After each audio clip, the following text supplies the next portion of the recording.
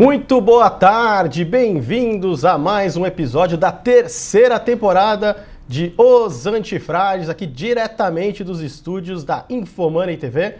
Hoje, o Roxo, ele não está presente aqui de corpo e alma, mas ele está lá, diretamente de Curitiba aí. Como é que tá, Roxo? Fala, Richard. Boa tarde a todo mundo, aos amigos antifrágeis. Está me escutando bem? E uma temporada na Itália, Noruega. Olha só, Roxo, eu voltei casado, cara. Estou oficialmente casado agora. É isso aí, quero dar parabéns oficialmente aí, ao vivo, pro Richard, que casou, casamento antifrágil, tirou alguns dias também de descanso. Eu também aproveitei, fiz o meu curso antifrágil, fui aos Estados Unidos, voltei e agora estou aqui de Curitiba, vim dar um treinamento para o pessoal da Caixa Econômica, uma palestra para todos os gerentes de alta renda. Sabe o que eles estão aprendendo, Richard? Investimentos antifrágeis. Excelente, excepcional. Hoje o tema do programa é um tema que a gente recebe centenas de mensagens, o tempo inteiro o pessoal quer saber a nossa opinião, questiona, que é a seguinte, né? Ainda vale a pena investir em Bitcoin, na criptomoeda? E além, né? Eles perguntam, o Bitcoin, afinal, ele é antifrágil, ele é frágil? O que é? Então a gente trouxe aí um material muito bacana para a gente investigar se o Bitcoin é antifrágil, se vale a pena ainda investir, né, Roxo? É verdade, essa é uma das perguntas mais frequentes. O Bitcoin sai e volta de cena frequentemente. As pessoas gostam muito de modismo e hoje a gente vai ensinar, principalmente o Richard, que é um dos maiores especialistas do Brasil, né? Tem um monte de gente muito boa. Inclusive a própria Infomoney tem um programa ótimo, né? Que é o Bloco Cripto, com o nosso amigo Rodrigo Tolotti, e eles são craques. E Félix, nosso brother também. Mas o Richard sabe tudo de criptomoeda e mais do que isso, ele tem o índice de fragilidade dele, ele vai contar um pouquinho mais. Richard, avisa pra galera que quem quiser ter o conteúdo, que agora vai realmente se acelerar, precisa assinar a nossa lista VIP, né? E se você tá aí no Facebook, no live, ao vivo, deixa o seu comentário, deixa a sua pergunta, deixa o seu alô. Se você é fã dos antifrágeis, faz um comentário, curte aí o nosso conteúdo para mais gente conhecer esse tema e esse conteúdo de antifragilidade que é tão importante. Richard, como é que é a lista VIP? Dá para a gente postar aí do lado o link? Já vai postar aí a galera aí no Facebook, já vai estar à disposição. E agora vem vamos, né, ser bem diretos, né? Afinal, o Bitcoin é antifrágil, né? Lembrando que antifrágil é aquilo que se beneficia da volatilidade, da desordem, da incerteza, do caos. Então a primeira característica que a gente tem que analisar é como é que funciona essa estrutura que envolve o Bitcoin. Ela é centralizada, ela é distribuída. Então no caso aqui, a gente pode colocar aqui um slide que eu trouxe, que é aquele gráfico que eu gosto de mostrar bastante, que você tenha lá, né? O primeiro, você tem um grande hub ali, centralizando tudo. Se esse hub tem um problema, ele parte, ele quebra toda a rede. Se ele é contaminado, ele contamina toda a rede. No meio, um pouco mais descentralizado, você tem pequenos, grandes hubs. E o terceiro tá lá, a estrutura distribuída. Olha só, se um nó é atacado, não quebra a rede e automaticamente toda a rede aprende com isso. Ou seja, é essencial para um sistema ser antifrágil ele ser distribuído, que é justamente a característica do Bitcoin, né? Pode voltar para mim, por favor. Não é verdade, Roxo?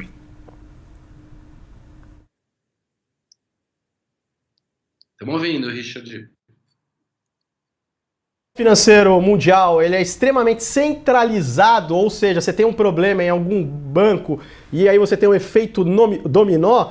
Tanto que é emblemático que o próprio Bitcoin ele surge justamente como uma resposta à crise mundial de 2008. Então, num sistema distribuído, pode atacar. O antifrágil ele quer sofrer estresse o tempo inteiro porque ele aprende com isso. Como ele nunca está exposto ao risco da ruína, então ele vai aprendendo e incorporando isso ao longo do tempo e se tornando cada vez mais forte. Outra característica que torna o Bitcoin com traços de antifragilidade é a ausência do chamado intervencionismo ingênuo. Então as regras dele já estão lá determinadas, tem um número máximo de bitcoins que vai poder existir em relação à emissão dele. Você não tem uma autoridade central que está determinando a cada semana, a cada mês, se vai emitir mais, se não vai. Só para vocês terem uma ideia, quem está assistindo.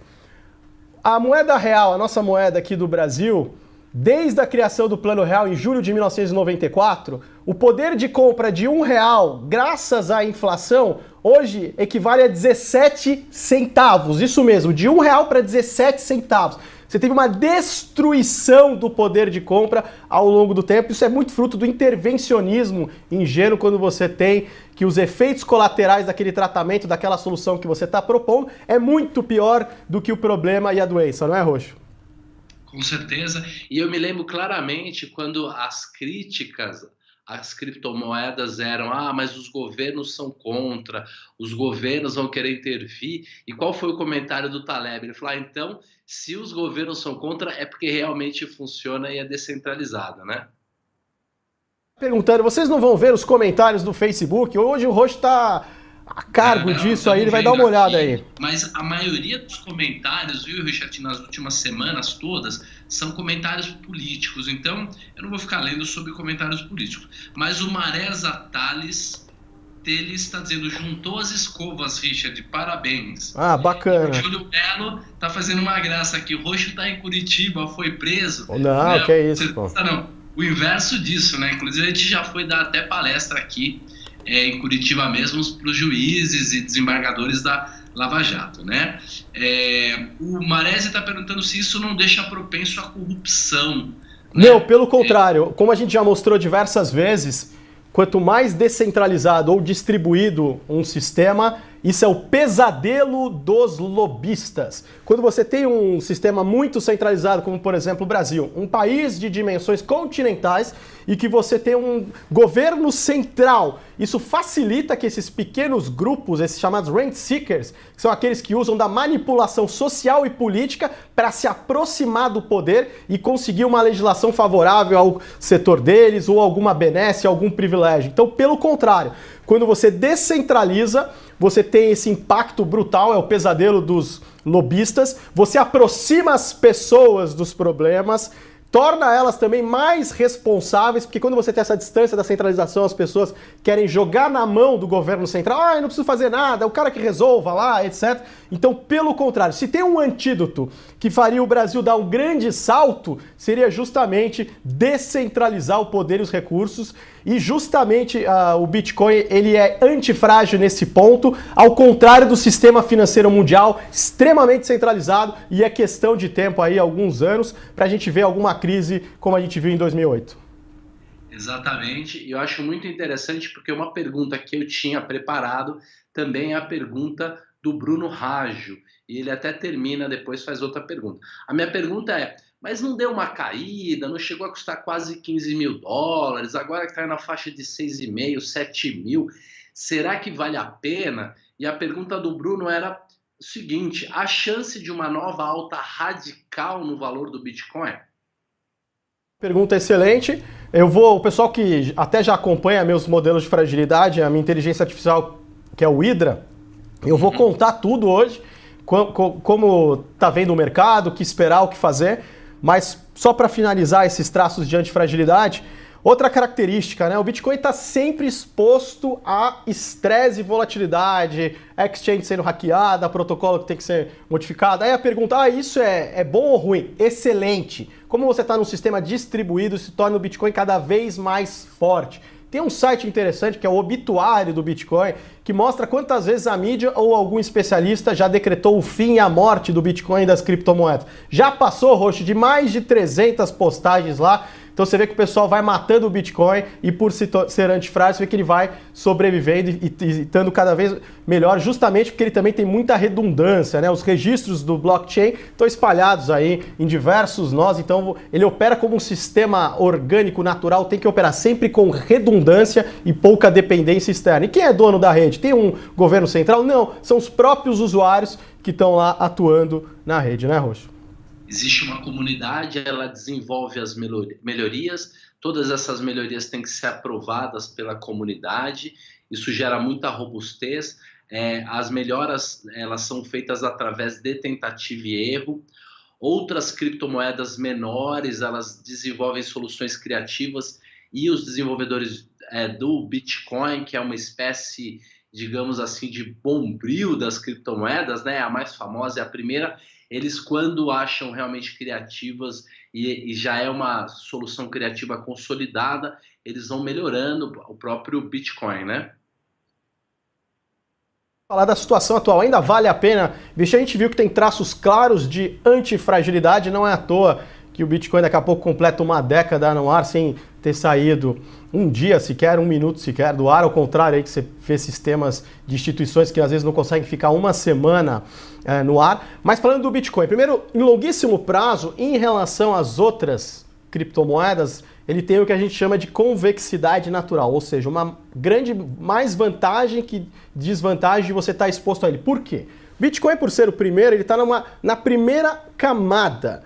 Acima dele você tem as altcoins. Enquanto as altcoins realizam uma série de experimentos e tentativa e erro, como o Roxo colocou muito bem, elas às vezes estão até sujeitas, expostas ao risco da ruína, afinal estão fazendo experimentos. Já o Bitcoin não, ele justamente tem que ter uma comunidade extremamente conservadora e incorporar melhorias ao protocolo dele, aguardando o que acontece na camada de cima. Deixa essa galera fazer os experimentos, aí você vai aprender com erro, com acerto, e lentamente isso vai sendo incorporado ao protocolo do Bitcoin. Então ele tem uma convexidade natural. Agora respondendo à pergunta se vale a pena ainda ou investir, você tem que utilizar a ferramenta adequada, porque o Bitcoin, criptomoedas, é o chamado domínio da cauda gorda, que a gente já falou em outros episódios. Você tem eventos inesperados devastadores, o passado é sempre altamente insuficiente, você não pode contar com séries históricas, porque você tem que se preparar para aquilo que ainda não aconteceu, não adianta tirar uma amostra, as propriedades estatísticas dessa amostra não vão condizer com o que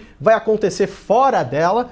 Então você tem que usar o que o Taleb criou, que é os modelos de fragilidade. A primeira geração, inclusive, é bom ressaltar, ele deu de graça para o FMI, após a crise de 2008, falando, olha, bancos, utilizem isso, porque a fragilidade você consegue medir, já o risco não. E através de você medir a fragilidade, você vê se a situação está convexa, ou seja, vale a pena estar exposto àquilo, o caos joga a seu favor, ou côncava, é melhor você ficar de fora. Porque a regra número 1 para vencer em qualquer mercado, principalmente os mais voláteis, primeiro, você tem que sobreviver, você tem que evitar os piores golpes, piores pancadas que o mercado pode dar, você tem que estar de fora para você sobreviver e aí sim desfrutar dos retornos exponenciais. Falando de uma forma direta, nas últimas semanas, o nível de fragilidade na escala de tempo de médio prazo está baixo, ou seja, Bitcoin e as principais criptomoedas se tornaram convexas, ou seja, é para ir fazendo compras graduais e aproveitando os momentos de fraqueza e esperando aí que em algum momento vai vir uma descontinuidade positiva para cima. Ao contrário, Roxo, do que aconteceu em dezembro do ano passado, quando a partir dos 17 mil dólares, que inclusive eu até falei aqui nos programas da casa que tratavam de criptomoedas, que o mercado estava extremamente côncavo, ou seja, e na escala de médio prazo era para ir zerando posição e esperando que ia vir, o que a gente já mostrou em outro programa, o efeito Noé ia vir e um efeito Noé para baixo, não é? É a pura verdade. O Richard vem acertando o preço do Bitcoin há bastante tempo. Deixa eu fazer alguns comentários aqui. Primeiro, o Mauro Pellisson Júnior está dizendo para a gente ler o comentário dele, mas eu não achei o comentário. Vi em todos os lugares, não estou achando. Faz a sua pergunta de novo, por favor. Segundo, o Geraldo está perguntando como é que você vê o aumento do hash rate da rede e dos riscos que isso pode trazer para a mineração de Bitcoin. E o Sérgio Kazumi Kami está dizendo para você comentar como é que é a Convex Research, como é que ela funciona, inclusive parabéns aí pela sua empresa de consultoria que é a Convex, que trabalha exatamente com isso, né? Que é a inteligência artificial que a gente desenvolveu, o Hydra, o que ele faz? Ele vai lá num ecossistema de determinada criptomoeda e olha uma série de inputs. E aí você pode ser tudo que você possa imaginar.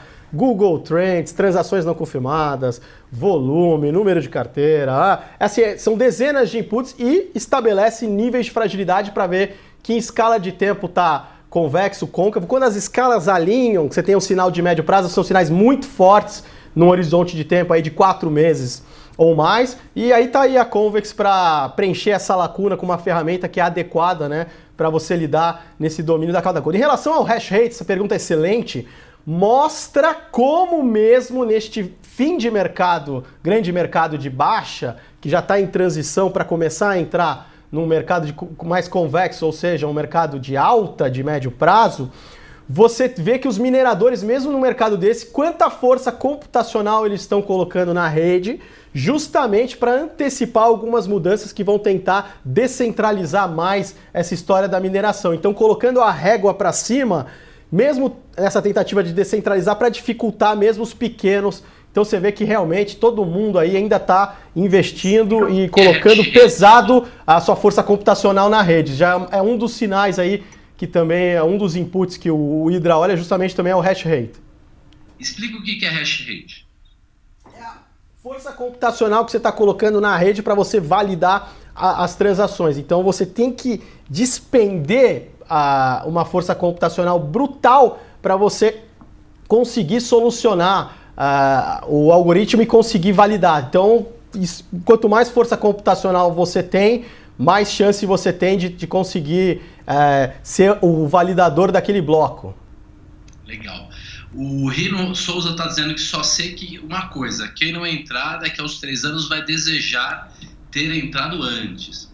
E aí eu faço a pergunta para você, Richard. Você tem criptomoeda, você tem bitcoins no seu próprio portfório? E a segunda pergunta é como é que a pessoa aloca, como é que ela compra, qual é a maneira segura? Então, sim, meu primeiro contato com Bitcoin foi lá para o ano 2013. Você tinha um grupo de pessoas que queriam propagar uma série de ideais aqui no Brasil, ideias de liberdade, de descentralização, e era muito comum essa turma ter os sites, e esses sites recebiam doações, e já era doações por Bitcoin. Foi o meu primeiro contato, que aí eu comecei. A partir disso, eu comecei a investir mais quando começou a ganhar mais liquidez, né? 2015. Porque o embrião do modelo que eu utilizo de fragilidade vem do mercado de commodities, porque esse modelo de fragilidade ele é muito adequado para mercados muito voláteis. E as criptomoedas é uma classe de ativo ainda mais volátil. Uma semana que acontece nas criptomoedas equivale a meses, por exemplo, do que acontece no SP500, tamanha a volatilidade. E você tem que usar uma ferramenta e não pode contar com o passado, uma série histórica, porque vai ser sempre altamente insuficiente. Você tem que contar com modelos de fragilidade para você conseguir mensurar se aquele momento está côncavo, se aquele momento está convexo. No momento agora, sim, já tem algumas semanas eu restabeleci um portfólio aproveitando essa convexidade de médio prazo que está em andamento. Então, por enquanto aí, skin the game, eu estou apostando nisso. Muito bem, então vejam que o Richard está comprando, está comprado. O Rino Souza também está dizendo aqui que está fazendo nesse momento algumas compras. A Valéria Machado diz que tem Bitcoin, está na expectativa também de uma alta. E você usa o que para comprar? E se o cara quiser começar a operar, comprar Bitcoin, qual é uma maneira segura? Depois disso, o Pedro Mullen está perguntando sobre Lightning Network. Mas primeiro vamos falar um pouquinho sobre como alocar de uma maneira segura. Qual a escala de tempo, se é côncavo ou convexo, se você deve estar exposto ou não. Sem o modelo de fragilidade, você realmente está totalmente no escuro. Eu vou dar um exemplo. Imagina na bolha da internet as ações da Amazon, Roxo. Chegaram a $100 e aí você teve o colapso no ano 2000. Vamos supor que a galera que se baseia só em preço viu passar de $100 e falou, pô, acho que já tá caro, eu vou vender. E o negócio chega a $2.000. Quando você olha a fragilidade, se o nível de fragilidade está alto ou o nível de fragilidade é baixo ou até negativo, que é a antifragilidade, não considera preço, simplesmente pode estar $1 milhão, se tiver o nível de fragilidade baixo, continua convexo. Pode estar $1.000, como anos atrás estava, só que o nível de fragilidade altíssimo. O que eu quero dizer com isso? Não seguir por preço. Você precisa ter camadas além, como você tem uma camada da volatilidade, que ela é um pouco mais estável que o preço, e acima da volatilidade você tem essa camada que os modelos de fragilidade te dão, que é a forma correta de você utilizar a estatística e a matemática, ao contrário dos modelos tradicionais, como a gente já mostrou várias vezes. Eles consideram que as trajetórias não são dinâmicas, ou seja, que você tem uma única trajetória. Ele considera universos paralelos, então não considera a possibilidade de você bater numa barreira da ruína, ser absorvido e game over para você. E o pior, né? Utiliza séries históricas e o passado. E quando você está no domínio da cauda gorda, isso aí é um grande perigo. Então acho que os modelos tradicionais, ele te coloca ele vai funcionar 98% das vezes e vai te expor ao quê? Ao risco da ruína, quando você não deveria estar exposto, e também te tirar na hora de desfrutar os retornos exponenciais. Mas essa questão de modelo de fragilidade é um tema extremamente técnico, Roxo, que eu acho que depois a gente tem que trabalhar ele com mais calma e mostrar toda a modelagem que tem por trás. Mas o que a gente pode dizer é que tudo que é frágil é aquilo que é afetado pela volatilidade, a incerteza, a desordem, e tem formas de você mensurar e lidar com isso. Muito bom, é exatamente isso. O preço é uma coisa relativa, a história ela não mostra o mais importante, que é aquilo que está escondido. Eu queria contar para todo mundo que semana que vem a gente vai ter uma grande novidade, né? Vem uma coisa muito legal por aí. Então todos esses insights, essas introduções, essas explicações que a gente faz em 25 minutos, a gente vai ter condições agora de fazer de uma maneira aprofundada.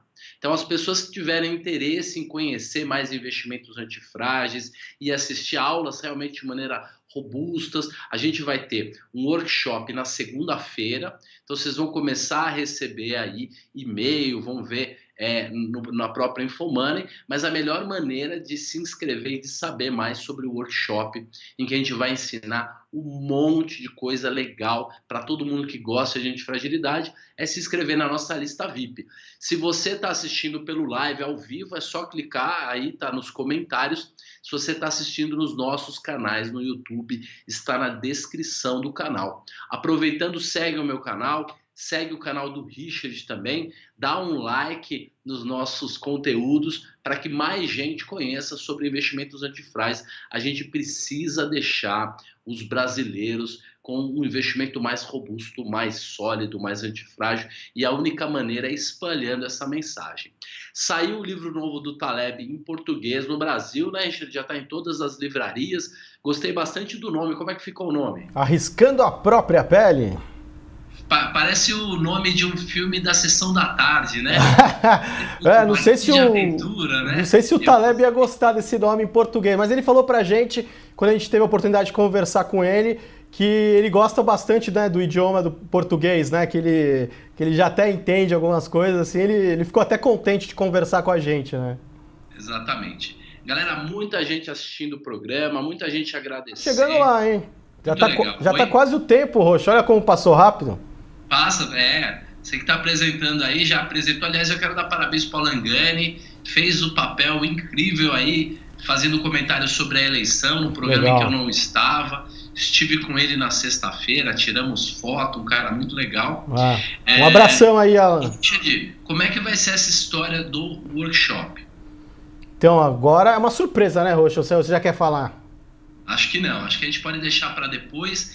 De qualquer maneira, qual que é a frase final? A gente escolheu uma frase final aí, Isso, né? Eu tô com ela aqui, mas antes disso, deixar para as pessoas que as criptomoedas é uma resposta à crise de 2008.